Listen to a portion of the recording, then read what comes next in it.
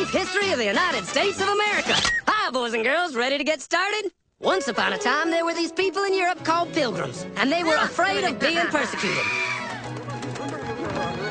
So they all got in a boat and sailed to the New World where they wouldn't have to be scared ever again. Oh, I'm so relaxed. I feel so much safer. But as soon as they arrived, they were greeted by savages, and they got scared all over again. Indians! So they killed them all.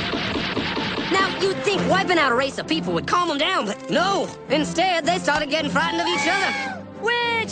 So they burned witches. In 1775, they started killing the British so they could be free. And it worked, but they still didn't feel safe. So they passed a Second Amendment which said every white man could keep his gun. I loves my gun.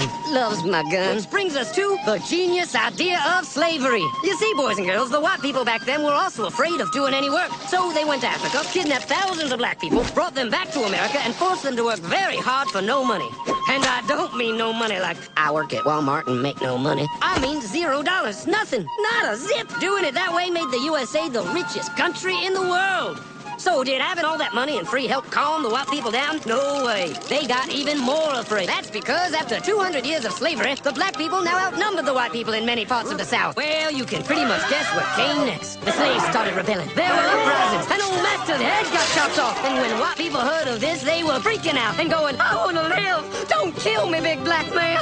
Well, just in the nick of time came Samuel Colt, who in 1836 invented the first weapon ever that could be fired over and over without having to reload. And all the Southern whites were like, yeehaw! But it was too late. The North soon won the Civil War and the slaves were freed. Yep, they were free now to go chop all the old master's heads off. And everybody was like, oh no, we're gonna die. But the freed slaves took no revenge. They just wanted to live in peace. But you couldn't convince the white people of this. So they formed the Ku Klux Klan. And in 1871, the same year the Klan became an illegal terrorist organization, another group was founded, the National Rifle Association. Soon politicians passed one of the first gun laws, making it illegal for any black person to own one.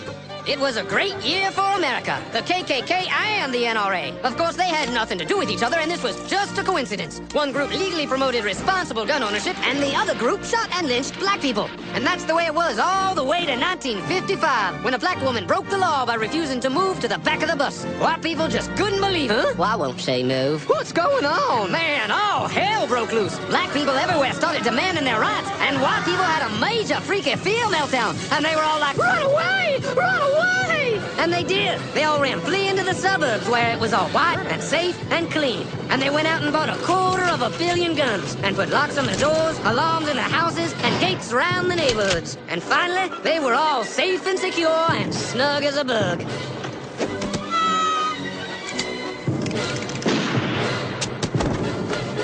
And everyone lived happily ever after.